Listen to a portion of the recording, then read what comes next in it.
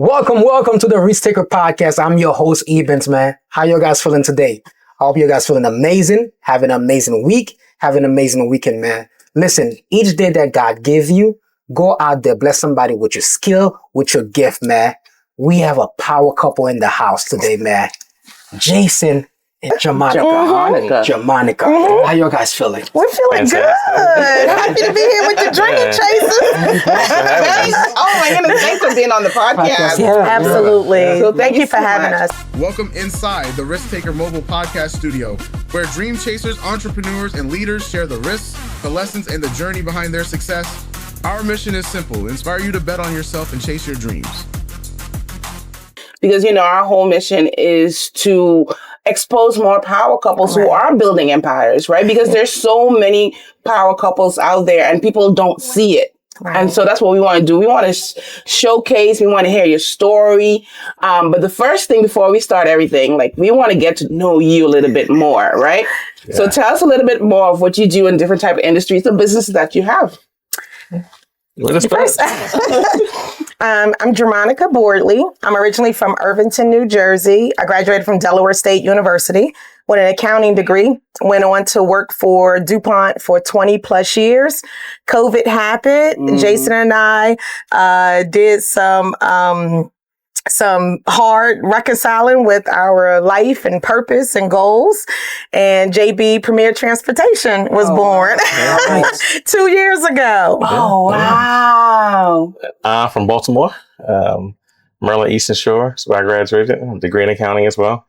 I also started my career at DuPont. I would then worked at a few banks, Bank of New York Mellon, PNC, Financial Services Group, and lastly, Wells Fargo. But similarly, we were in COVID. We realized that life is short. We've seen a lot of individuals pass away. We saw a lot of people climbing the corporate ladder. And then what's on the other side of that? Perhaps retirement, a few years, perhaps, maybe. But then death soon follows. Yeah. And we didn't want to find ourselves in that way. And so we had purpose. Yes. And, leaving the safety net of corporate America to do things that would gratify us, that would fulfill us as what we wanted to do spiritually, volunteering from a spiritual perspective. But lastly, to do work that really gave us joy and purpose. Yeah. Right. And so we found our purpose with JB Premier. Wow. I love that, man. You guys say purpose and y'all took a risk. And I was actually reading your guys. Somebody did a story on you guys. Oh, technically, yeah. Saying that you left $500,000. Like when you put your guys' income together, it was $500,000 that left on the table to take a risk that you have to bet on yourself, that you don't know if it's going to work, if it's not going to work. Right. That's big. Some couples would not do that. Most people won't do that, right? Yeah. And your guys saying you're chasing purpose. Yeah. Right? What was that decision? What was that decision? What was that one that saying that risk? We're gonna take that risk. Well, I'll say it's grounded in faith, first and foremost. And that purpose is critical. You don't wake up one day and decide to leave that comfort. Just keeping things humble. It's a substantial amount of money. But when you have a purpose, and we were both driven by a purpose, for us, it was our spirituality and just wanting to do more in that regard. And again, just realizing that, life is short. So do I want to spend my time, chasing something or adding value, living a meaningful, rewarding life? And so a leap of faith is scary. Yeah. But we still jumped. Yes. That's a quote from one of the lyricists I know in Baltimore. But he mentioned a leap of faith is scary, but we still jump. But you jump with a purpose. Exactly. Yeah, shout out to Mully Man. Go ahead. Now, I know for us with our dynamic, right? Because when we think of power couples, we always think of couples that work side by side, but there's so many different dynamics to a power couple, right? You can work side by side. One can stay home and one build a business, or both can have different industries. So there's so many different dynamics. So what are your dynamics? Do you work side by side, or how does your dynamic work? We are all in. Yeah. You're like us. We are all in side by side. I mean, even before the business came about, we were the best of friends. Yes. You know, we had a solid foundation for our marriage. You know, we had great communication, but we were best friends. And that has really just propelled us in our business to be able to successfully work together. So we are in sync all throughout the day. So our first year in business, we had one van. And I don't know if we told you guys, but we transport vulnerable students back and forth to school. So this is your students with special needs, your homeless population, and your foster students across all three tiers, high school, middle, and elementary school. So we had one van when we took that risk. We had no contract, no commitments from any school district or anything, but we knew that we had purpose, and we knew we wanted to leave corporate. We knew we wanted to leave our job. So we had one van, and some of our students at that time last year required an aide in the van. So we were together all day, every day. And that was... and that one van, you know, and now we have three vans, you know, so he drives, I drive, and then we hired another driver. But all throughout the day, we're still in sync to make sure that everything happens smoothly and timely and safely. Yes. Sure. It's a good thing that you said, you were friends first. Absolutely. Because I always tell everybody, if you decide to go into business together, like if there's any cracks in your foundation, trust me, the business will make it harder. For sure. And then people always say, like, we work side by side. Like, we're together 24/7. Yeah. They're like, man, you don't get tired of being your husband? I mean, like, you wake up, you go to work, you know. But I'm like, no, because that's my best friend. I enjoy being with him day to day, you know. And then we set boundaries. When we at work, you know, it's work. Yeah. When we're home, we're home. When we're family, we're family. That's right. But it's like you have to be able to have that friendship too. Yeah. Because not every day you're going to be like, man, like sometimes, I don't know what you, like sometimes the husband and the wife, they be like, man. Right. You know? Right. But that friendship is what because you can just chill and know that this is my best friend. They have my back and I have their back. So that's beautiful. Absolutely. And I would say it's grounded in respect. So love is good. You got to have love. Love is primary, right? First and foremost. But really respect is what it boils down to. Right. I think what makes what we have work is we have our lanes. Yes. You know, she has her PowerPoints and what she does, her strengths, so to speak.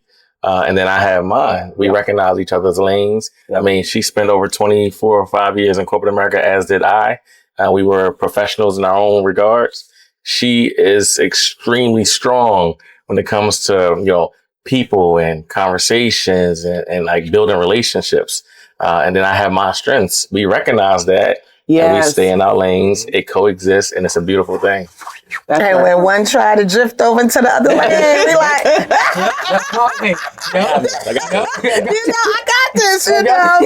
But it takes trust, right? You know, understanding, like he said, each other's strengths. Let him do him, you know. So it's empowering each other, you know, to do our jobs without micromanaging the business or micromanaging each other. Yeah. Exactly. And that was one of the questions too that we were going to ask you guys. Like, how do you separate the roles? Because people always say, you know, when you're a couple-led business, like, who really is the boss? Right. And it depends on who. She's always the boss. It's easy. She's always the boss. My man. We only saying that because we on camera. No, seriously though. It's funny you should say that because he calls me command, you know. We truly are on paper we're 51, you know, 49, you know, percent on paper, but it truly is 100, you know, that both of us, you know, give. But our strengths that we have suit the business for our lanes. Like he said, I'm more strategic focused. I'm more people, you know, focused and driven, managing the relationships.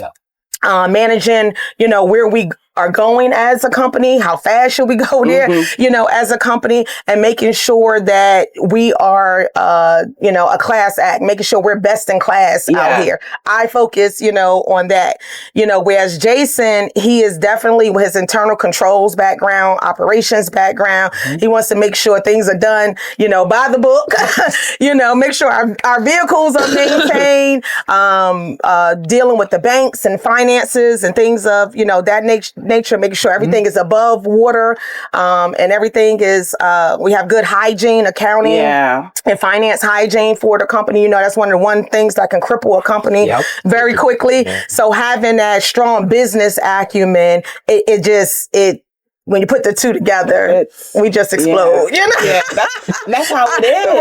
Right. I don't even want to be in his lane, and he don't want to be in mine. I'm quite comfortable. It's understanding your limitations, understanding, where she excels. Right. And that's not to say I don't reach out for advice from time to time. When, babe, should we do this? Should we go this path? What works well? It's being humble. Yeah. And understanding your role, but understanding too, she was what, summa cum? Summa cum? Was it magna? I'm sorry. Magna cum? So it's understanding that intelligence is there, that know-how is there, and not being, not lacking in humility. Right. Saying, We can't, right. We're not in competition with each other, right? So we can't be intimidated by what each other, do. Like, especially when we have the same purpose, and our driver is the same. Our passion is the same, so even though we have our lanes, we run everything by each other. We do not operate in a bubble. He will not say, oh, I went to, Del One and took out $100,000 loan. And I'm like, wait, what?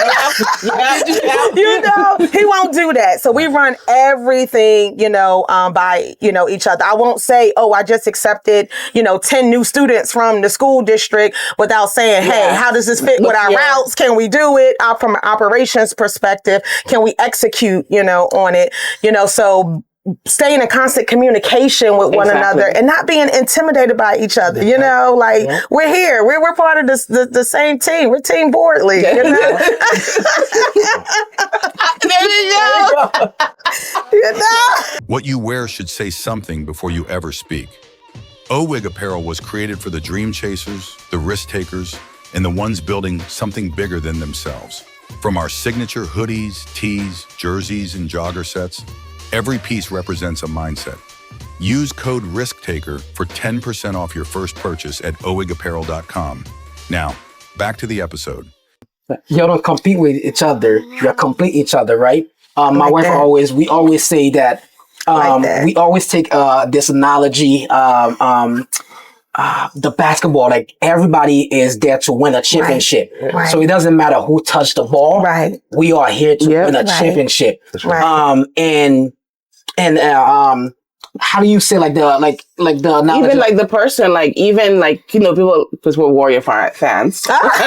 Okay. So even if it's Stephen Curry that's going out there, I always tell him yo, even if I'm just sitting on the bench, I'm the water boy or whatever it is. I'm part of the team because when the team get a ring, I get a ring, So I don't, sometimes we think about, as a team, I'm not getting the spotlight. A lot of the spotlight's going to him, a lot of the spotlight's going to her. But like how you said, there is no competition because when he shines, you shine. Right. When you shine, you shine. And at the end of the day, it's a collective of how can we make this business grow? For sure. As a team. And a lot of people don't see it that way. And I think that's how sometimes too, because there's a statistic saying that there's a lot of divorces in couple-led businesses because I think some way along the way people start not seeing each other as a team, but start seeing each other as competitors. Right. And then you forget that you're a couple. Exactly. you were a couple first. The idea should always be to protect the marriage. Exactly. Protect the husband and wife partnership. If anything ever came in that I felt like was going to interfere with the business, or interfere with the marriage, husband and wife, the business can go bye-bye. Exactly. Because the vows were taken as husband and wife before God, not JB Premier. We were Jason and Jermonica taking vows before God, right? And I think people, and it's natural because it's stressful to be entrepreneurs and own your own business. And sometimes that can overtake the whole situation to the point where you are competing with each other, you're not working as a team, and you forget the love that you have for each other, and you forget the purpose. That's it. For us, it was doing this business was the outcome of a desired purpose, a purpose to gain our time back first and foremost. We would like to spend time doing other things theocratically, spiritually. So the why we are here is purpose driven. And so if that purpose is primary and you remember why you did it, then the little things that happen, you keep that in order. It keeps you humble, keeps you focused when you remember the purpose, the why behind how we got here. And we started it because of COVID. We were home. He was working downstairs, I was working upstairs, but we enjoyed being home together. We enjoyed the midday hugs. We enjoyed eating breakfast together, eating lunch together, being at home for dinner at the same time. So we don't want to go back to what it was before that, right? So when you keep that purpose in mind and we want to stay together as a couple, the business should strengthen what we have, it should strengthen what we have. That's not going to say it's not always going to be easy, but it should strengthen what we have, and it should not break us apart, but bring us stronger together. Now, you talked about this came about in COVID during 2020, right? And a dynamic that we always see in couples, there's always like a risk taker and there's an implementer. I know somebody...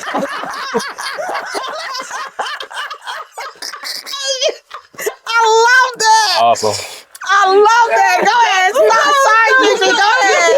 Go ahead. You understand why. Child. I want to know in the beginning, like, who was the risk taker and said, let's do it. Like total risk taker. Total, let's go on vacation. I want to go skydiving. I want to go scuba diving. I want to do this. I want to do that. And I'm like, I'll watch you from the boat, with a life vest on. Own motorcycles, had one of the fastest motorcycles that existed. Never rode a motorcycle a day in his life before a Hayabusa motorcycle on top of total risk taker. Me, I'm the executor. I'm the implementer. Once you convince me to take the risk, I'm all in. I'm in execution mode after that. But stepping out, I'm safe. I am safe. I'm safe. So is it safe to say that he was one who's like, let's start? Right. It was definitely him. So I left corporate. What was your thought? Yes, I left corporate in 2022. I left corporate in 2022 during COVID, and I went to go work for a small minority-owned business. And I wanted that, you come from a big corporation like DuPont. I wanted to work for a small business, and I really wanted to see how a business is run from beginning, to end. So I left in 2022, and then fast forward to the beginning of 2024, Jason is like, it doesn't fit anymore. As you start to grow spiritually and as you start to grow as a couple, you try to force it because you enjoy the money, you enjoy the perks and things like that. But then you just realize you're trying to put a square into a circle to a square, and it just doesn't fit anymore. But I was okay with it because he still was making a lot of money, and I took a half a paycheck from what I was making when I went to the minority owned company, but I wanted the experience. But he was holding us down. So in 2024, when he came and was like, I want to do something different. I'm like, wait, hold up. Like, you're our main breadwinner here. What you mean you want to do something different? I left and put my trust in you, Now you want to leave? I'm like, But it wasn't blind, though. It wasn't blind. Like, So my training, when I growing up through my college experiences, we're the master of our fate. We're the captains of our souls. Like, we control what we do. And so we got to a point where what we were doing wasn't what we wanted to be doing. The money was fantastic, phenomenal. But my joy wasn't there. satisfaction wasn't there. And then you start to see things. And so I'm a spiritual person. So I made it a matter of prayer. Yeah. And then a lot of things that were happening in 2023 and 24 started to align. Right. Specifically in 2024 from a spiritual perspective. Yeah. And so like my prayers were being answered right before me.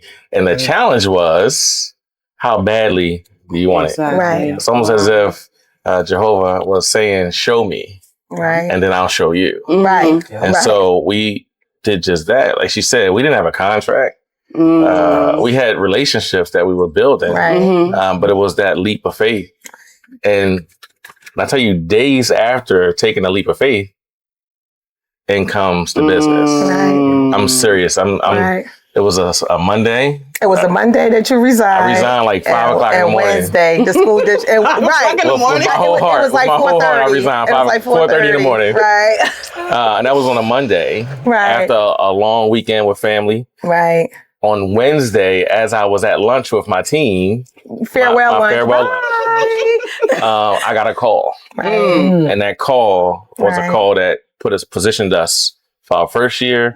And now we've, as Germonica, almost 300% increase. Wow. Right. So it was a leap of faith. Yeah. Right. And it was almost as if, you got to get in the car and start moving. Right. And then Right. God will help you Right. Yes. in the direction. And so that's really what we did. We just put forth that faith. We took that leap, and everything else, it's taking care of itself. That's amazing. That's amazing. That man. part. Yeah, that's amazing. I could just think of while you saying that, like I'm just thinking about over almost like a decade ago when we both left our job. And I was the risk taker. He was. I was the risk taker, and I remember the day that I said, "You know what? I'm done. Right. I'm done. I got to do something better for us, better for our family, better for our legacy." And like you say, purpose, knowing the why, knowing the vision. And when you ask God for something, you've been praying for something, God gonna give you the sign. Now it's up to you now For sure. to make the first step, which That's you guys did. If your guys didn't make the first step, we would not have this conversation. Right. And a lot of people are afraid to make that first step. Because you don't know, like you taking a big risk, you don't know if it's gonna pay off. Right. But if you don't make that first step, you'll never know. And faith. There's a quote that I wrote. It said, "My faith in God creates success in me." Because if it wasn't for faith, everything that we achieve, everything that we have, we wouldn't have it if it wasn't for God. It started with faith. It all starts with it all starts with faith. And what you were listening to one of the podcasts in the car or something? What was that quote that it said? Your dreams. I won't hit it, but it's your dreams on the other side of the risks you're afraid to take. I said, "Oh my goodness, that is our life." Like that. I'm like, "Oh my goodness." So when I see your shirts, Dream Chasers or Risk Takers, like I love that. I love it. Because this is I promise you, this is the most risk I ever took in my life. You said something. You said that once you were convinced, you went in execution mode. And I'm the same way too, because I wish I can be like one of those people said, he came to me and said, "Yo, because we quit everything." And at the time, my son was about 1 year old, and I was pregnant with my daughter. And he y'all had a lot more at stake. we don't have any children. So y'all had a lot more at stake. I'm like, "What do you mean?" And I was a supportive wife, and I was like, "Oh yeah, that's great," because I was like, because he comes with all these ideas. I wanted to support you. I didn't know it was for real. Like I'm dead on it. Right. And then it wasn't until he got like the business license and everything. I'm like, "Yo, we really doing this?" But in the beginning, I was not on board, but then he convinced me. And then like how you said, the prayer and the purpose too, like I was content with knowing that every 2 weeks we had something coming in. That part. It was never enough. That part. Right. Yeah. Right. But at least I knew that, 2 weeks, something going to happen. We can get little groceries. We 3 months behind on the light bill. At least we can catch up 1 month. Right. So, but he was like, "Babe, because the whole person, we want to leave a legacy for our kids." Right. That was the whole reason we want to do everything. And he's like, "Let's bet on ourselves and let's do it." And after I was convinced, Let me tell you, baby. I listen. Like I'm telling you, very similar, very, very similar. I was not on board because he always has great ideas, Yes. you know. But once I see that he put the action behind it, I was like, oh, okay, like you. I'm like, oh, he's serious about this. I'm like, oh, he's serious about this. Here's the thing. Whether we know it or not, like we're not in control anyway. Like God is the one behind it all. Right. Yeah. So once you Right. realize that as a fact, like in your own mind, you can convince yourself that I did this. Like I've been moving up this ladder and I've been making these career moves that have been working out for us. But God's behind it all. Exactly. One of our friends said this one after we did what we did. He said, I'm glad that you guys put yourselves in position to need God and to see God. Because then you get the It was feel. a scripture that says, It is. taste and see that God is good. But sometimes when everything is, going good, you don't really right, be big as you. right, You yeah, think you're big as you think right, you are. right. But we really put ourselves in a Right. position to need Jehovah. Right. Yes. And once we did that, almost as if he doesn't respond, what are we going to do? Right. And Right. then he responded. And not only did he respond, humbly speaking, we're almost better off now than we were. Yep. Yeah. Right. When you heard the quotes, Yes. you read the article. Right. I'm trying to keep things mild and humble here. Right. But Right. we're almost better off Yes. now than we were. But we are better off because we're doing what we want to do spiritually. Exactly. Right. And, monetarily, everything's Yeah. great. Right. We haven't missed a beat. We're still doing the things that we wanted to do, but we own our time. Yeah. That That's part. That's And that's what we were serious about, owning our time. Yes. Yes. Yeah, that's right. That's right. Now, I know we talked a lot about faith, like in your business and your relationship. And I can tell, like, how has faith played a huge role in what you do as a couple in your business? Because there are times as business owners where, like, am I going to make payroll? Am I going to get the client? And you wonder about these things. And all these things are in God's hands. But how has faith played a huge role in your business and your life and your marriage? So for me personally, Ecclesiastes 4:12 says, a threefold cord cannot be easily torn apart, right? So having that as our foundation for together, dictates and guides everything, that we do, whether it's our personal life, whether it's theocratically, whether it's our business, you can speak to any person that knows us at any walk of life, and I promise you're going to get a consistent story. You're going to get a consistent story, and that's because Jehovah God is that third cord in our marriage, right? So with that being said, when we run our business, we're very ethical in everything that we do. Yep. We're very professional. We run our business with empathy, with compassion, with dignity, with respect for each other, respect for the students that we drive, respect for everybody in the district that we deal with, and it's been times that we're like, oh man, we don't know how this is going to happen. And that's when that faith comes in. Yes. As soon as that prayer goes up, it's like, oh my goodness, like, yes. Did that just happen? Like, yes. Yeah, it's definitely the ethical piece. It's faith is like an anchor. Right. We listen, as I mentioned, we didn't get here on our own initiative. Yep. Jehovah was definitely there. Exactly. We saw his hand at every turn. The things that happened for us, I couldn't tell you. You would say, Jason, stop lying. Right. If I told you how things happened, if I broke down month by month how things happen, it's unbelievable. But when he shows you his hand, it gives you the confidence. That accuracy and that consistency, him showing up for us, it gives us every confidence that'll continue to be the case when we do things ethically, when we make decisions that aren't greed based. Right. Yeah. Right. So that's how it is. We're trying to be content, and we have our focus and our goals spiritually, and we're hitting those marks, and we have no reason to doubt, I'll put it that way, that he won't continue blessing us. So that's how faith is an anchor for us. Right. It is the anchor. Everybody talks about taking risk, but not everybody moves. The Risk Taker. Ignition Box was built for the ones who move. Included inside is a signed copy of Dream Chasers, our Risk Takers, the 90-day execution book, our signature Dream Chaser tee, and our exclusive Risk Taker cap. This is your uniform for your next 90 days. You wear this and you better be ready to back it up. Pre-order now at thedynamicduospeaks.com. What is your guys' greatest investment, right? As being in business, as being as a couple, what is your guys when it comes to investment? It could be in the business, it could be in life, in your guys' relationship. You're looking at it. Yeah. You guys are in the insurance business, right?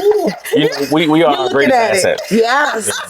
So we bet on ourselves all the time. That's our greatest asset. We are the brand. We are the investment. I wish I had a mic so I could Anybody can run transportation, right? Like anybody can get a van, transport, this, that, and the other. But we are the brand, We are the ones that show up with the business. So when you do business with JB Premier, you're not just doing business with an ordinary transportation company. You are getting the brand. You are getting Jason and Jermonica Boardley. So we are the investment.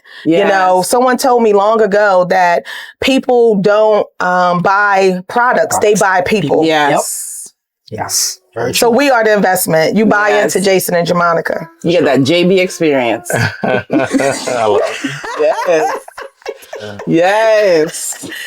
Oh, you want to add it? My job.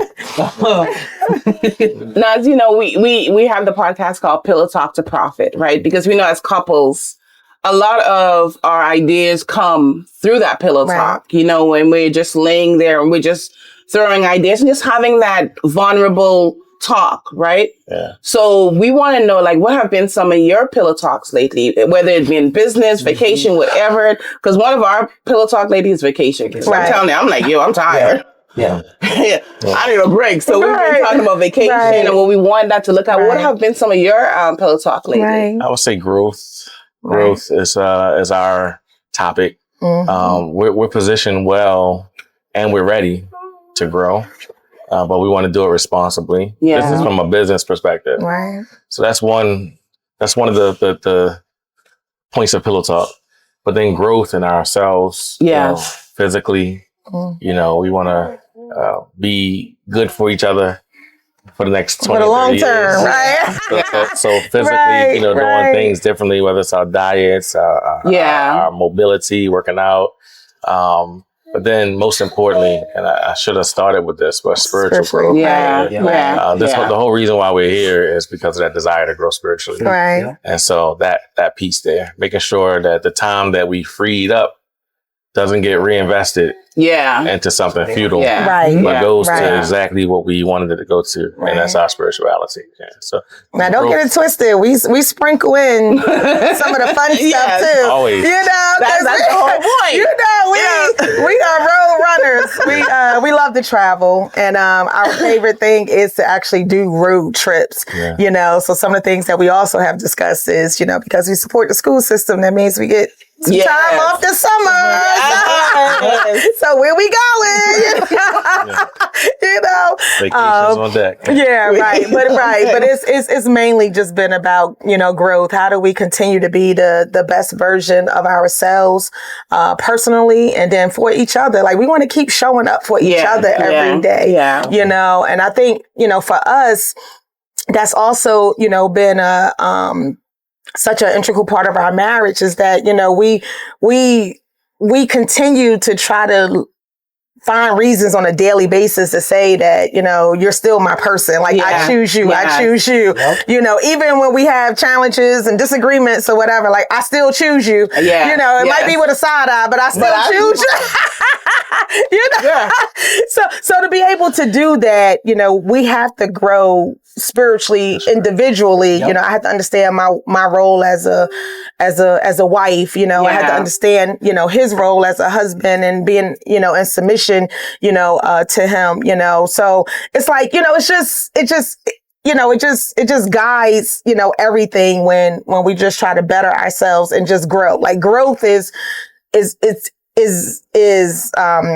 identified to me, or, when I think about growth, I just think about, when you think about yourself the next day, the next week, the next month, the next year, how are you different? And it don't have to be big growth, you know what I'm saying? But how are you different? We still moving like we was moving last year. Like, that's a problem. So that's my prayer every day, to God, is that, like, help me to be a better wife, a better friend, a better Christian, a better daughter, a better sister, a better niece, a better cousin, whatever it is, and whatever, a better entrepreneur, whatever it is I can do better. Like, just help me do it, just help me, help me do it. Yeah. And I'm glad that you say growth, because we always say that growth is part of the process. Right. It's part of the process. And you don't want to grow each other out. Right. This is where your marriage, your business is in danger, where you growing and he's not. And I'm glad that your guys growing together spiritually, physically, money wise, business wise, right? As couple, right? We could talk about all the success that your guys have, right?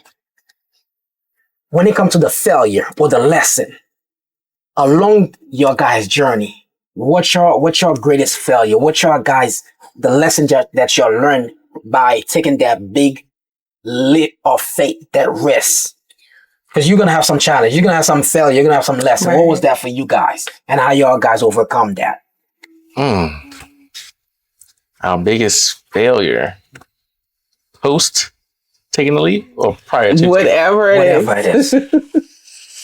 Oh, man. I would have done some things differently career-wise. I would have made different decisions.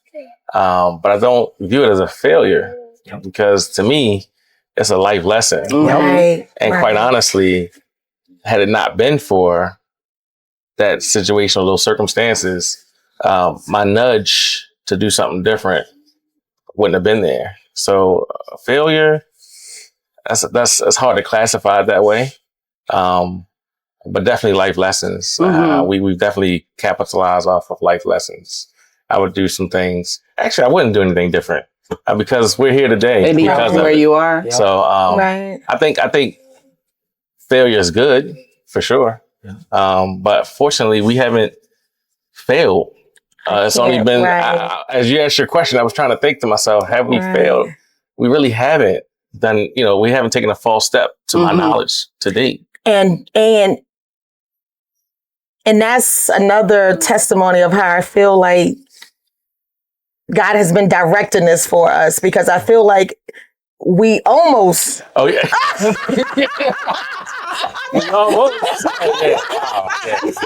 I feel like we've almost created some failures, or we almost created some.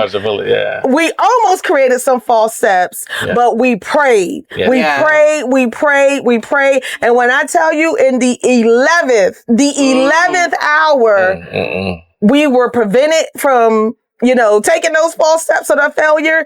We were saved. Yeah. So we have. Oof. Now he's thinking about him. Now he's thinking about him. Things that really, really would have negatively impacted our business, truly, But we thought, we were making the right decision. Yeah. And then in the 11th hour, I said to Jason, "This don't feel right." And she was wholeheartedly right. I said, "This does not feel right. Something in my gut tells me that we don't need to go down this path." And I started doing some research and this, that, and the other. And I took it back to him, and he was like, and he still was trying to reason on it, He was So we talk about the whole trying to do things correctly and operationally. Right. And she raised a question. It was about the size of the vehicles. Right. Because there's a state law. Right. There's a state law for Delaware. And we see other companies doing it.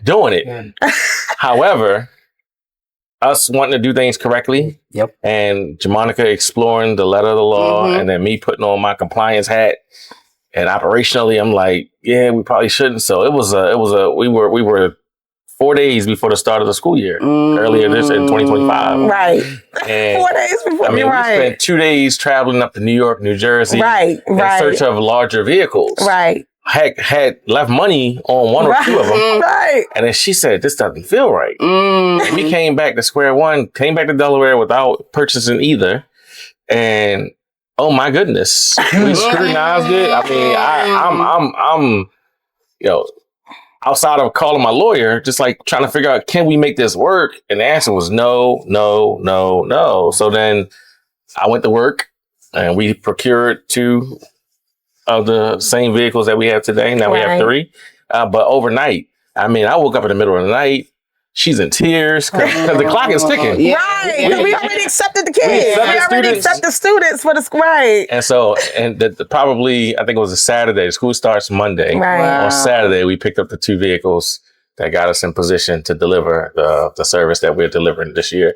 But we was days away from signing the deal on these larger vehicles. So that would have been right. So that's not right. But we once again talk about that threefold cord. Yeah. You know, we were making decisions, based off of our understanding. Yeah. That I'm like, this don't feel right. And then including God into that. And then the answer just became bright as day. Oh my goodness. Yeah. And we have not it would have negatively impacted us if we would have went down that path. Versus going with what we already had and. Yeah. Still being able to increase our capacity and fulfill what we had already committed to. So that's amazing. And it goes so we've had almost failures. Yeah. That trust and respect that you guys had, because she was able to bring it to you. Right. You weren't afraid to bring it to him, and you were able to come together and have those hard conversations, Right. Yeah. A lot of people, they were like, nope, this is it. And so, but that's amazing. We talked about it earlier, being able to consult. Exactly. And trusting. Exactly. And I'm listening. I also told her that she's the boss.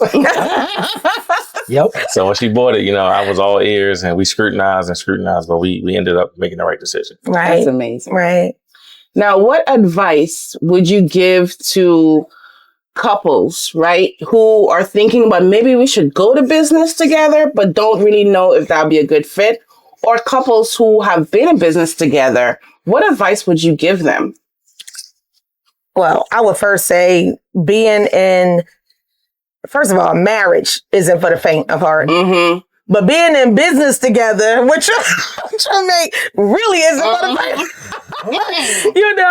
Really isn't for the faint of heart. And I would just say, we talked about couples that are already on shaky ground that may want to explore these things. I would say, stay where, don't take the risk just yet. Yeah. Don't fix your marriage. Yes. Understand the underlying issues that's in your marriage, whether it's communication, whether it's finances, whatever it is.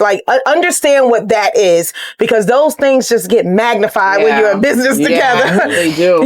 Those things don't fix themselves when you get into business together. If anything, more challenges present themselves that can draw an even bigger wedge. So my advice would be go for it, but timing is everything. Be intentional about it, but still make your marriage the priority. Yeah.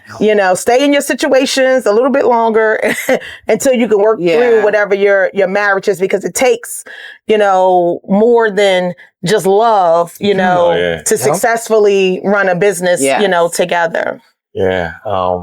So we've been married for 23 years in May. Wow. Congratulations. Thank you. Congratulations. A lot of practice, a lot of, trial and error, working through things. You tired of me? Go take a nap. You heard that? You saw that? That mean? I feel like that every day. Every single day. I'm going nowhere. You're going nowhere. Right. So to Jermonica's point, perfecting or trying to make what you have solidified, strong, unbreakable. Right. And it takes more than love. Yeah. I think you mentioned that also respect. Mm-hmm. A lot of other things, communications go into patience. that. But I would say if you're on that forgiveness. path, and you're looking to start your business, or you're already doing your business, enjoy the ride. Enjoy it. Because things happen, businesses grow, some fail, but just enjoy the ride because you got to partner with you. Yeah. And none of us are promised tomorrow. Yeah. So enjoy what you have, enjoy the ride, but do it, That would be my biggest piece of advice. Have fun. Have fun with it. Have fun with it. We have fun every day. You know, we're joking on each other. Yep. I mean, like even when we're not in the vans together, we're in the vans together because we're on the phone. You know, like you know what I'm saying? In between schools. So to your point earlier, when someone was saying like, "Don't you ever get tired of him?" It's like that separation anxiety. We're together so much that when we are apart, it's like, oh my goodness, like, what are you doing? Like, what did you have for lunch today? Like, what you know, but have fun. Have fun. Yeah. Have fun. Yep. How can people get to know your guys' business, get in touch with your guys? Like, we're going to put all the description, the website in there, but how can people get in touch with you guys? We got a social media presence, Right. But email jboardley at jbpremiertransportation.com. That's probably the best way to get in contact with us. What's your social media handle? We hired a social media person to handle that for us. Right. Because I have a social media presence, she has a social media presence. Right. But we'll make sure it's on the link. It's on the link. Right. We got the description. I know the Facebook is JB Premier Transportation, but I was trying to think the Instagram. What do we land on? It's the JBPT. Yeah, I don't. Yeah, it's okay. Don't about it. Get it. Right. Put that on there. We put it down there. Any last word? Any last thing that you guys want to say? That's people that's watching, that's listening. Any last thing? Chase your dreams. Take the risks. We didn't get here by not doing that, and so we enjoy the ride. It's been well worth it. But don't let your fears hold you back from chasing your dreams. Right. And I guess I would just say, believe in yourself, first and foremost, and surround yourself around other people that believe in you and support your vision. If you're around a bunch of naysayers, you know, a shoulda, coulda, woulda, you know, type generation or crowd, I would just say, you know, like, try to surround yourself around people that genuinely believe in you and support your vision and your dream as well. Yeah. All right. And thank you guys. You guys are amazing. Thank you. There you have it, ladies and gentlemen. There you have it. We'll see you guys on the next episode. Thank you. You've been listening to the Risk Taker Podcast, created for those who bet on themselves and build beyond limits. Make sure to follow us at Risk Taker Podcast, leave a review, and let us know how this episode inspired you. To get in touch, email teams at owigmultimedia.com. Until next time, keep taking the risk and keep chasing your dreams.